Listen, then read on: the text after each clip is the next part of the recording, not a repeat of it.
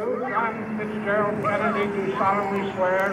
I, John Fitzgerald Kennedy, do solemnly swear. That you will faithfully execute the office of President of the United States. That I will faithfully execute the office of President of the United States. And will, to the best of your ability. And will, to the best of my ability. Preserve, protect, and defend the Constitution of the United States. Preserve, protect, and defend the Constitution of the United States. So help you God. So help me God.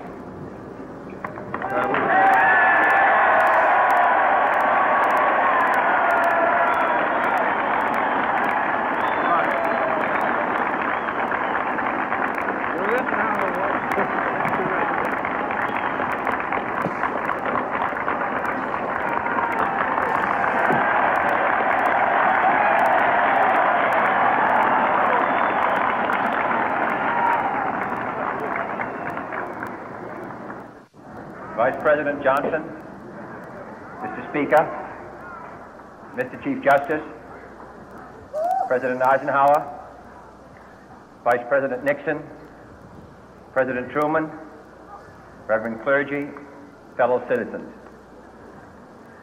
We observe today not a victory of party, but a celebration of freedom, symbolizing an end as well as a beginning, signifying renewal as well as change. For I have sworn before you and Almighty God the same solemn oath our forebears prescribed nearly a century and 3/4 ago. The world is very different now, for man holds in his mortal hands the power to abolish all forms of human poverty and all forms of human life. And yet the same revolutionary beliefs for which our forebears fought are still at issue around the globe.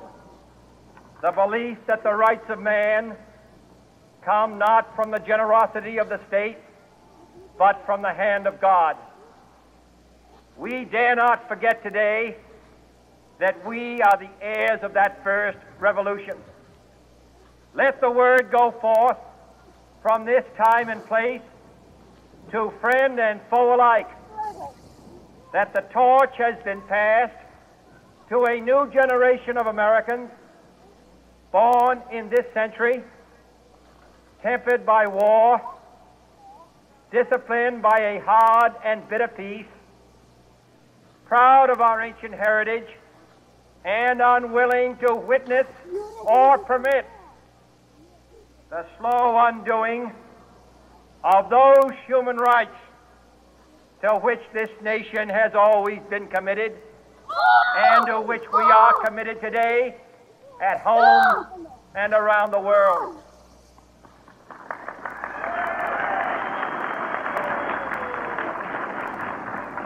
Let every nation know, whether it wishes us well or ill, that we shall pay any price, bear any burden, meet any hardship, support any friend, oppose any foe to assure the survival and the success of liberty.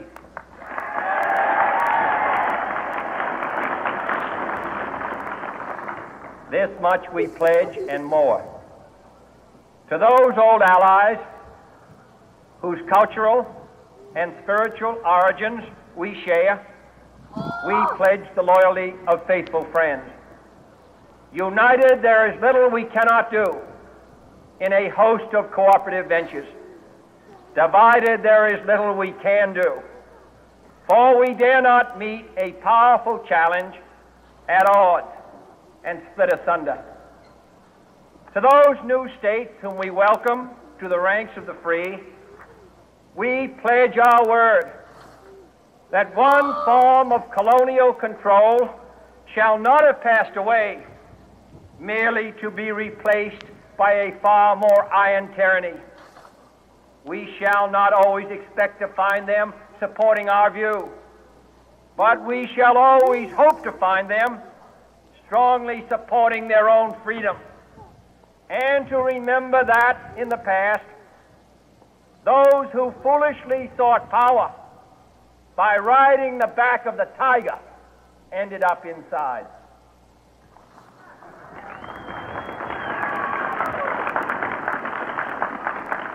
To those people in the huts and villages of half the globe struggling to break the bonds of mass misery, we pledge our best efforts to help them help themselves for whatever period is required, not because the communists may be doing it, not because we seek their votes, but because it is right.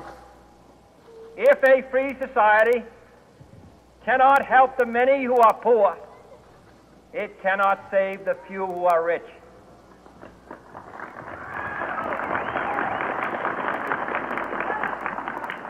To our sister republics south of our border, we offer a special pledge to convert our good words into good deeds, in a new alliance for progress, to assist free men and free governments in casting off the chains of poverty. But this peaceful revolution of hope cannot become the prey of hostile powers. Let all our neighbors know that we shall join with them to oppose aggression or subversion anywhere in the Americas. And let every other power know that this hemisphere intends to remain the master of its own house.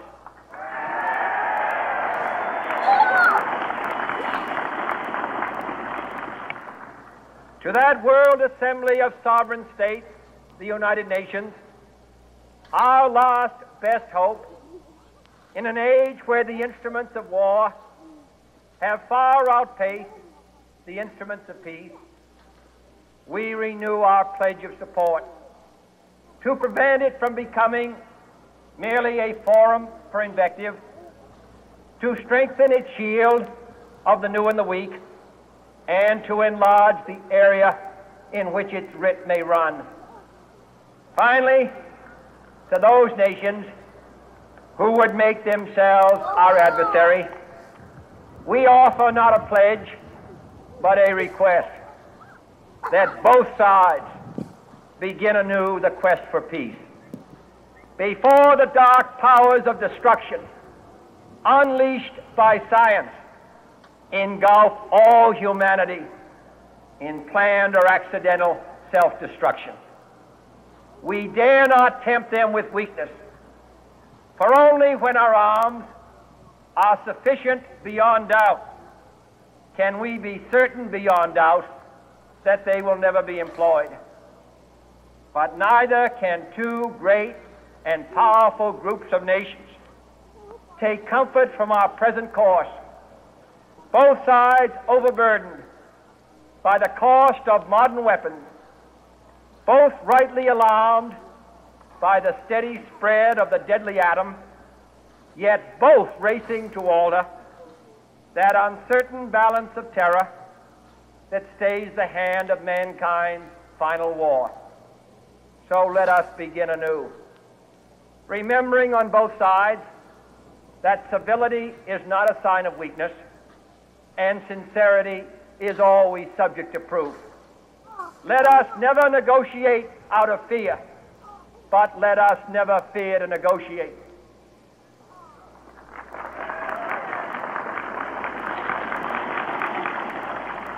Let both sides explore what problems unite us, instead of belaboring those problems which divide us. Let both sides, for the first time, formulate serious and precise proposals for the inspection and control of arms, and bring the absolute power to destroy other nations under the absolute control of all nations.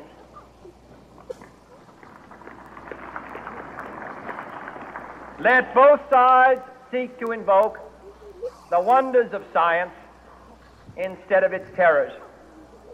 Together, let us explore the stars, conquer the deserts, eradicate disease, tap the ocean depths, and encourage the arts and commerce.